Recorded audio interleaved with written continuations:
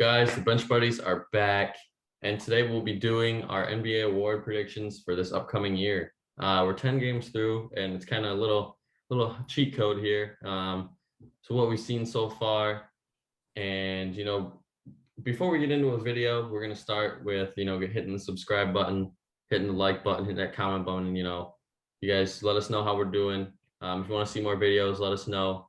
But until then, watch this video, and we're going to start with Brady, rookie of the year.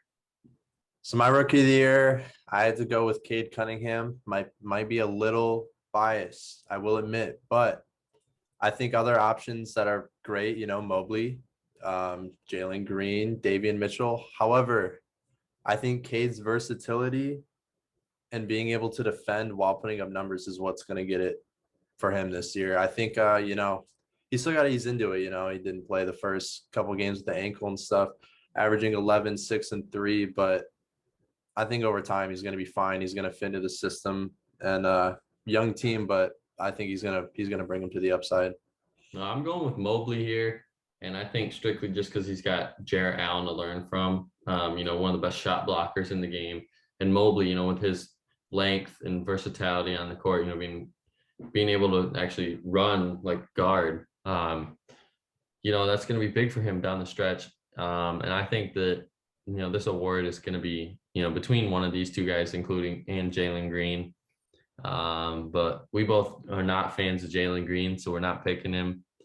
And I just think Mobley is going to take it at the end of the year. He's off to a great start. And I think right now Mobley means more to the Cavs than, Cade, you could say, means more to the Pistons, just because I guess the Cavs don't really have too many options. Fair, and they're off to a good start this year. And I just think through 10 games, I think it's Mobley would have probably won it right now.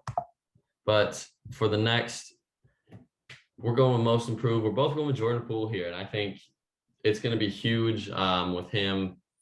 Unfortunately, probably going back to that six-man role when Clay comes back. But either way, this man has been on a tear and really shown that he did make the right decision in leaving Michigan to go pro. A lot of people were skeptical on that, but when you get to learn under Klay Thompson and Steph Curry, two of potentially the greatest shooters of all time in NBA history, you're going to learn some things, and it's really shown this year.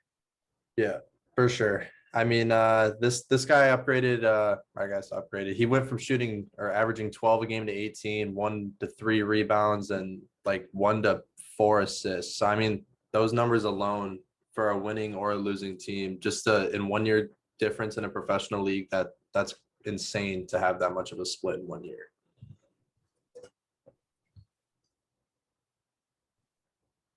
I guess I'll start this one. We go Coach of the Year here. I'm going with Billy Donovan, and I just think it's going to be interesting to see how he coaches this Bulls team. But right now, they're doing pretty good. And I just think Billy Donovan's finally going to get that fair chance in the NBA. With the Thunder, it was kind of like wishy-washy, didn't really know. But now that he's finally got a good landing spot, good team, I just think that it's his, award to lose right now. Yeah, so for my Coach of the Year, I went with James Borrego. He's only been around Charlotte for a couple of years, but I think that Miles Bridges having the year he's off to right now, probably going to be an all-star. LaMelo Ball, if he's not this year, another future all-star, and Terry Rozier. They still got Gordon Hayward and stuff too. I think this is going to be a good team, and that obviously helps the coach out a lot. But for his short time being the jump that this team is about to have, I know in my preseason I predicted them to be in a playing game. If this team just wins out, I could see them being a late seed winning in that playing game as well too. So I don't know. I have high expectations for what the Charlotte Hornets offer this year. All right. So, I guess. Okay. So for sixth man of the year, I don't know. This one's like a hard decision to make this early in, but I went with Tyler Hero specifically because I feel like he had a lot to prove coming out. A lot of people said he was a fraud after the bubble performance he had, stuff like that. But the guy's averaging 26 and 4. So you can't complain having a guy coming off the bench putting up honestly starter type numbers for that matter. And they're a winning team. I think the Heat has a lot to prove, but it's just another one of those situations where you have a great six man on a great team. So I think it's going to work well for him this year. And with your great six man on a great team, I'm going with Grayson Allen. You know, it kind of pains me to do it because I'm not a huge Grayson Allen fan. But you know, he's really meant a lot to this Milwaukee team so far. Kind of similar play set, you could say, as Tyler Hero, but Grayson Allen's been in the league a few more years, and I think this is going to be the year he really shows that he can be that guy that you know the few franchises thought he could be with Memphis and who was it before? I think the Jazz, I believe he Mm-hmm. was with. They kind of passed on him after a year or so, and I just think he's kind of found a home here in Milwaukee. You know, who needs some shooters, you know, like Grayson Allen and that toughness. He brings that toughness. You know, that can get in your head mentally and physically on the floor. And I think that's what's going to win him this award.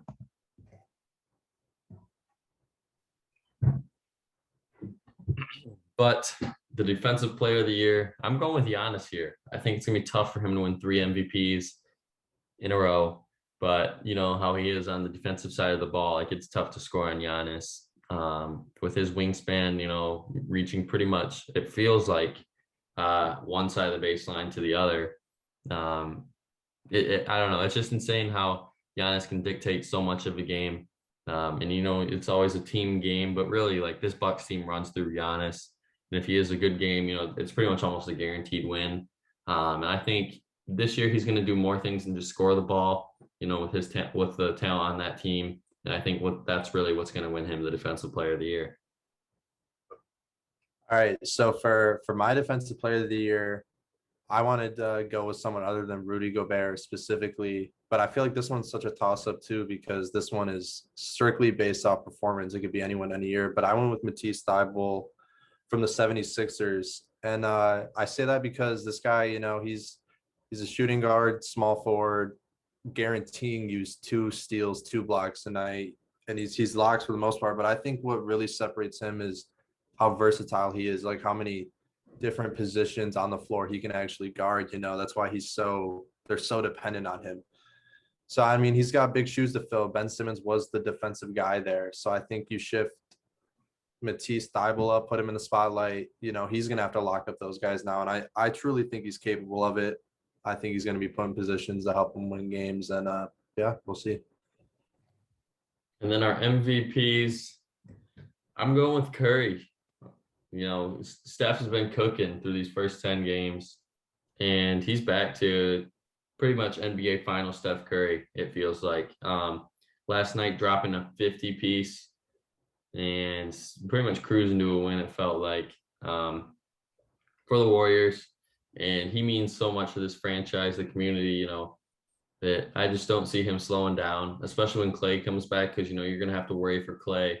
Draymond's been playing okay, and when Draymond has his games, you know, they're going to have to worry about him.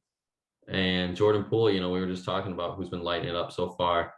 It's going to be tough to, you know, be able to double team Curry when you got all the other options on the floor. And that's why I can just see him kind of not cruising to an MVP, but having a big lead throughout the year and just kind of running away with it late.